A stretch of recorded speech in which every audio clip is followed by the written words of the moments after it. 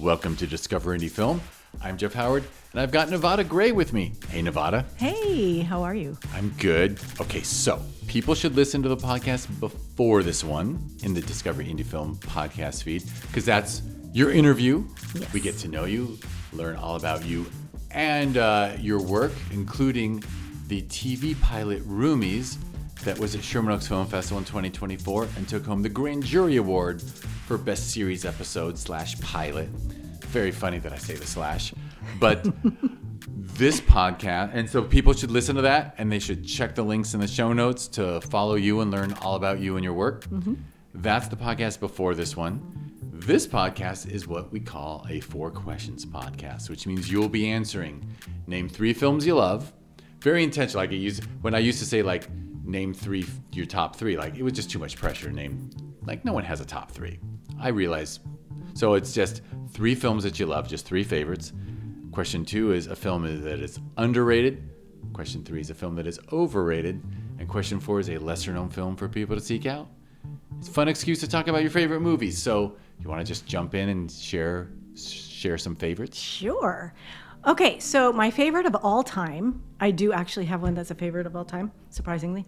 Life is Beautiful. Oh my God. Talk about crying. Roberto Benigni. Not just crying and laughing at the same time. No, and one of the most moving films I have ever seen in my entire life. Absolutely. Brilliant. When that came out I saw it in the theater by myself. I would go see like during the day. I went to see 2 more times in the theater and brought somebody with me each time because I just wanted to share it with people and I've never done that before.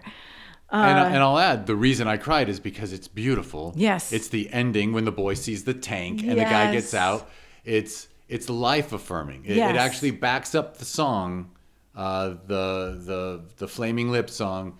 Do you realize that happiness makes you cry? Yes. It's absolutely, it's just the most beautiful ending ever. It's a beautiful ending, and then there's this one scene in the middle of it when they're in the concentration camp, and the father and the son, and the father wanting to protect his son from the horrors of what is happening, is translating what the German officer is saying and making it really funny. And it was so funny, and I am laughing out loud with tears because of the situation. It's just brilliant. It's one of the most brilliant, moving pieces I've ever seen. Absolutely. So it just nothing has ever topped it for me. Okay, so that's one.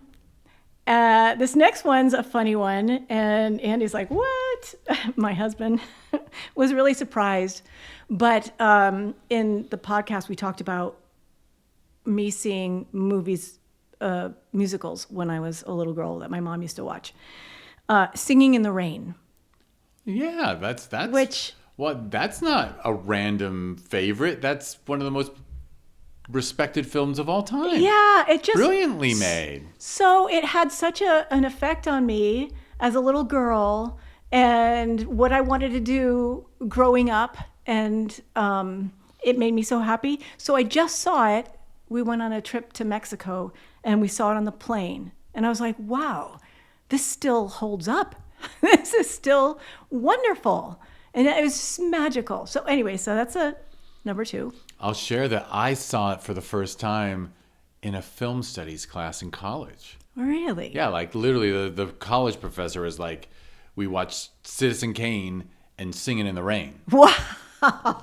Like those were 2, like, so that's, wow. There you go, yeah. Right. Wow. Highly respected film. Yes, just wonderful. And Gene Kelly directed.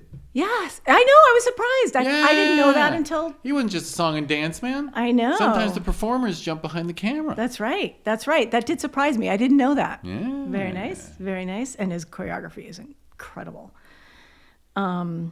Okay, so number 3. So here's what happened. I was like, well, what do I pick? And so I went on the AFI top 50 of all time. And I have like 3 I want to say at the same time, but I think one tops it off. I always joke that I don't have a whistle. I'm not going to I'm not going to blow the whistle and say stop. Foul. You can't say that one. You don't do that. You can say, if you want to add 3 more, you can. It's up to you.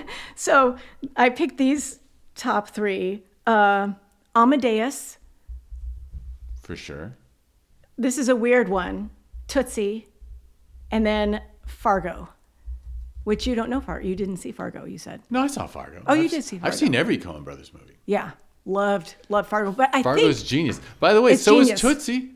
It is. Tootsie's one of the best screenplays ever. So that's one of the ones I also studied. I studied a lot of these at USC. And I broke down Life is Beautiful. So, and Tootsie. But because it makes me laugh. So things that make me laugh, move me deeply, get me invested, those are the movies that I tend to love. I have no choice but to share a funny story with you. Okay. I just heard an interview with Gina Davis, whose first film was Tootsie. Uh-huh. And Dustin Hoffman, before he was creepy, I guess, I don't know, he got me too'd a little bit. but for hitting on his daughter's friends, which I think is terrible. That is terrible. That is terrible. Why did I say that?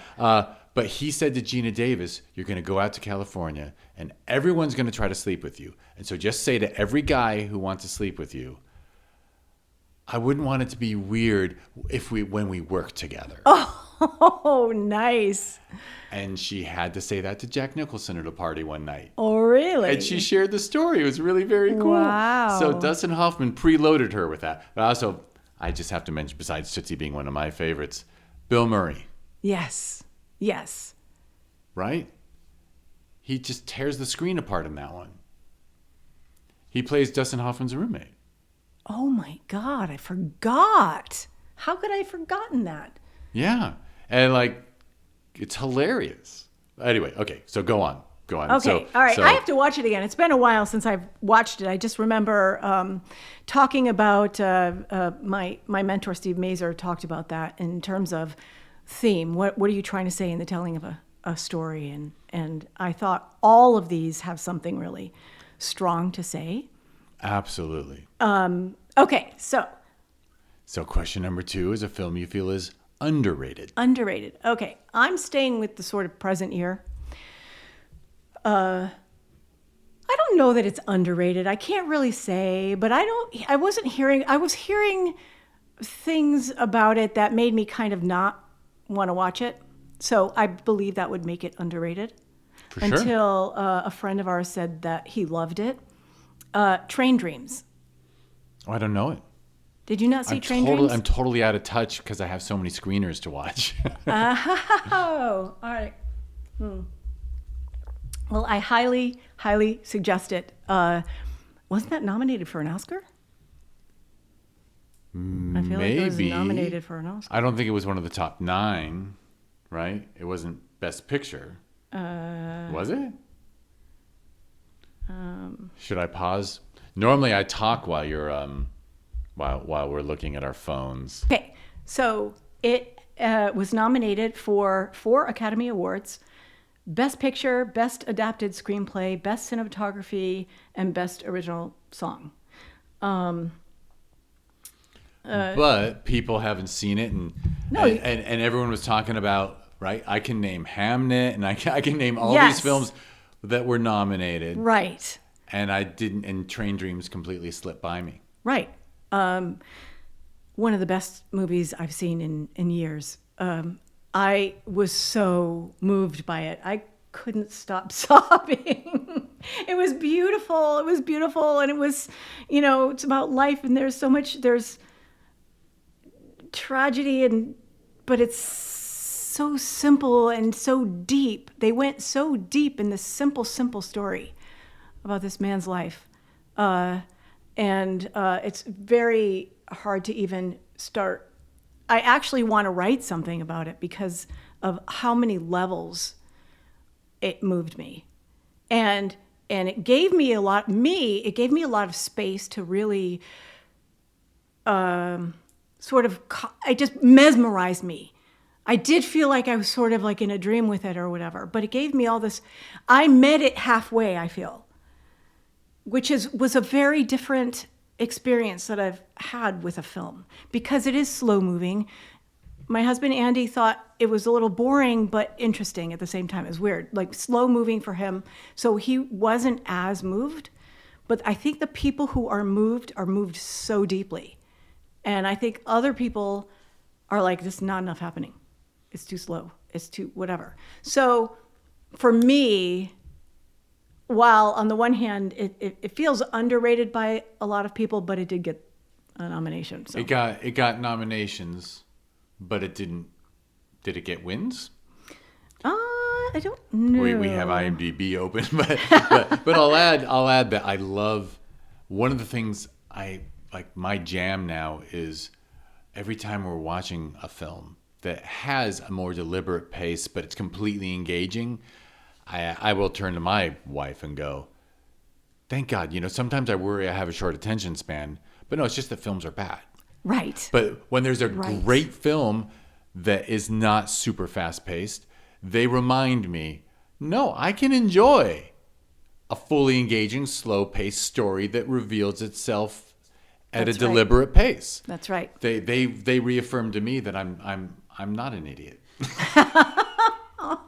I just need quality. Yes. Yeah. Yes. It was beautiful. Beautiful. So highly recommend. Excellent.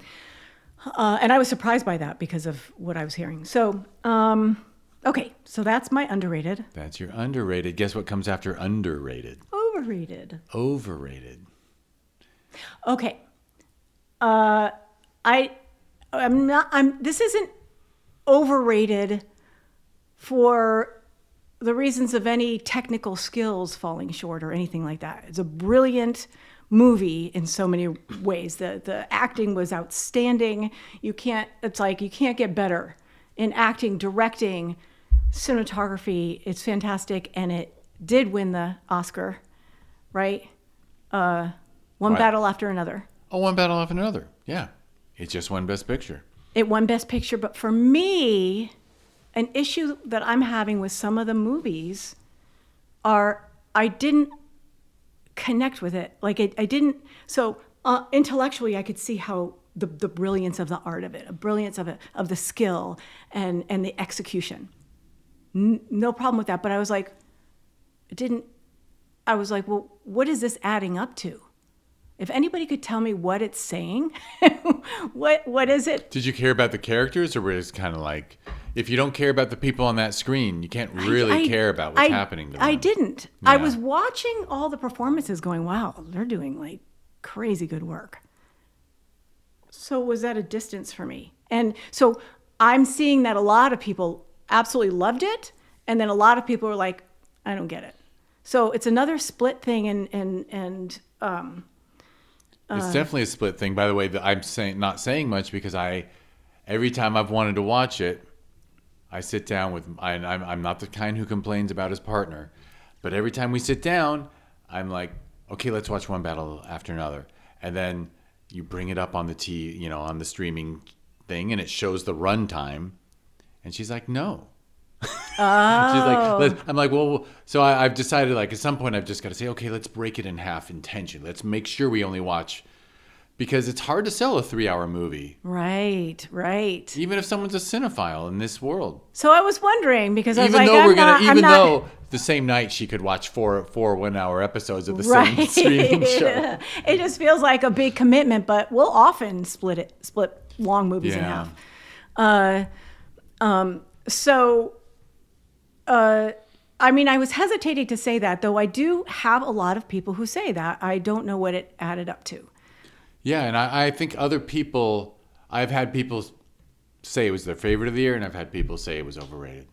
I've heard both. Yeah. So. I tend to love everything he does. Like I even love I went to see Phantom Thread with like a group of friends. Yes. And I walked out going, man, isn't PTA like a genius? That was the greatest thing ever.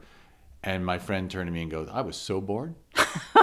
and he was a guy who loved Paul Thomas Anderson films. So I was like, yeah, so you never know. You never People know. just Well, have you won't opinions. be bored. You won't be bored. I imagine I won't be bored. I just feel, like it's hard to connect because there's not a person to really empathize with. Yeah. There's a daughter character that you do, but she's secondary. So that's not the Yeah. thrust of the storyline. Yeah, geez, are we in another anti-hero phase? I think we are. Like in the That's 70s? what I'm thinking. I'm thinking because I'm Yeah. wondering if everybody's going, well, things are too predictable, so we're going to get off. We're not making any of this predictable, and we're not going to make it make sense that much.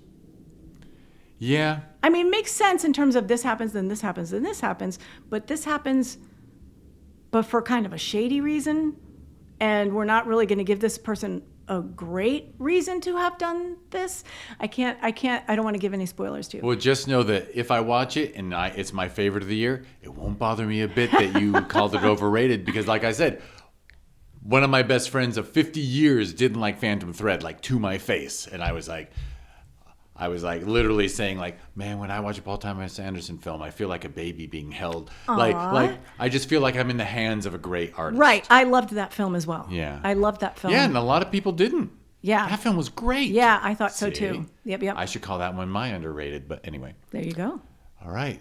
And that's, you just want to do the one overrated, right? Yeah. I want to be a enough jerk and sweating. pull. I knew you were thinking of another, but it's all right. Yes, there was. Oh yeah, there was another one. I'm not. No need. I'm very happy that we got that out. So, one question to go, which is a lesser known film for people to seek out. Okay. I just forgot it. That's valid. The Ballad of Tom Joad. No, wasn't that was an album. No, it's a recent one. We're back. We're back. Okay, I found it. Should I try to edit this and clean it up? All right. Sure. Go for it. Okay. I think it's a very little known movie, 2025, called The Ballad of Wallace Island. It's a very funny, sweet, touching movie. And it was a movie that I didn't think my husband Andy would like very much. So when he goes out sailing, I'll sneak in a movie. But he came home early and caught 10 minutes in. And I said, I'll switch it off because I know you probably won't like this. Well, he ended up sitting there enjoying it. He loved it. And I was so moved by it. And I thought it was delightful. I mean, it wasn't like Life is Beautiful. It wasn't. It's just a small, independent movie that I just really enjoyed, and I loved it. So, and I don't hear about it very much. I mean, needless to say, I'm not hip to the movie. I watch way more festival screeners than anything, but no one's mentioned it. I haven't heard of it. Yeah. It's lovely and hilarious. And I was like, who are these people? They're English, and not only that, they did the short version of this film during the pandemic, a short film that ended up getting them financing for the full length. So also inspiring for that reason. Very inspiring. Filmmakers. Yes. It's loaded for me to share it, but we do the panels at the festivals too. Mm-hmm. And I once sent an email out to all my alumni. This is before you were alumni, like 3 years ago. Hey, we're doing another panel. I was thinking this year, does anyone have stories about turning a short into a feature? From short to feature would be the name of the panel. Yes. And I got 100 responses saying, no, but I got a short. I want to be a feature. And not one of them could say they'd actually pulled it off yet. Ooh. So the panel has to wait. Yes. So I'll light a little candle in my head for your next thing. There so you go. So that you can start that panel for me. Right. 100%. And, it's been done. And I think that a lot of people are doing this route. And actually, I think they did it in 2015 and then shot it during the pandemic. I just wanted to say, I don't think I got the whole thing. Well, and then you mentioned it's British, and I wanted to joke, well, that's not fair, because everything, they just, No, they got it independently financed. I think. Okay, now I'm talking. No, I just mean, remember. I've always been a bit of an Anglophile, and I've always just loved British stuff. I love it, too. I love it so much. If it's a British series, film, whatever, I'm on board. Yeah, we're kind of locked in. Yeah. All right, I'm going to share something funny with you. Okay. Have you heard of LOL, Last One Laughing. No.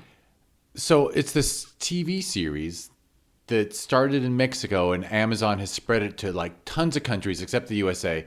But there's the Last One Laughing UK.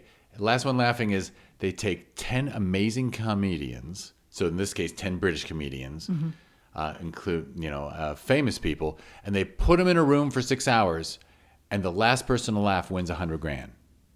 So they're trying to make each other laugh, and they're all stone-faced, not laughing at each other. And then when you laugh, you get kicked off. Jimmy Carr is the host, and it's honestly one of the funniest. It is the greatest thing I've ever watched. Oh, they've my done God. 2 seasons of the British one. The Canadian one is great too. That sounds like something. We tried watching the Irish one, and like, no, not as funny. You haven't heard of those people, and they're just Irish. No offense to Ireland. Irish. The woman who does Kunk. Anyway.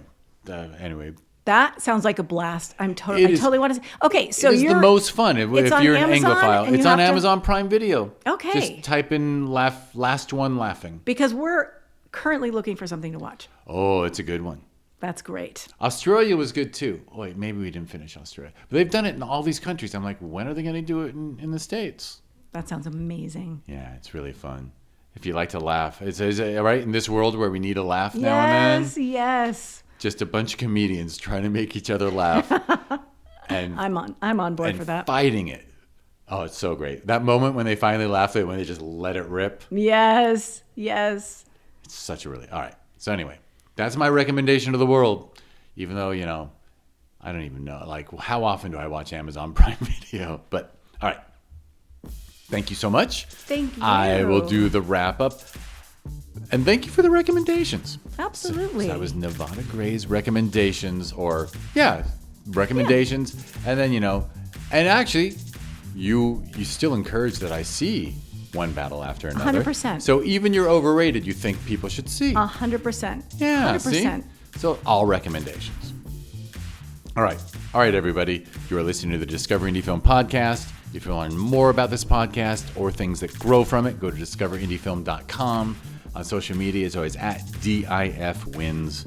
If you change that .com to .org, discoverindiefilm.org is the nonprofit that runs 2 film festivals based in the LA area. Both festivals are in the top 100 best reviewed list by filmmakers out of 14,000 festivals in the world. So we're proud of that. That's Sherman Oaks Film Festival, where we showed Nevada's pilot Roomies, and Filmvasion Los Angeles. Filmvasion Los Angeles is every summer, and Sherman Oaks Film Festival is every winter. And then in the springtime from now on, I think we're going to have Film Invasion Lima down in Peru. Amazing. So there we go. And then for the winter, I need a fall festival. Yeah, you need fall. After we stop recording, I'll tell you the possibility for fall. But Ooh, exciting. All right. Thank you. Thank you. And thank you, everyone, for listening.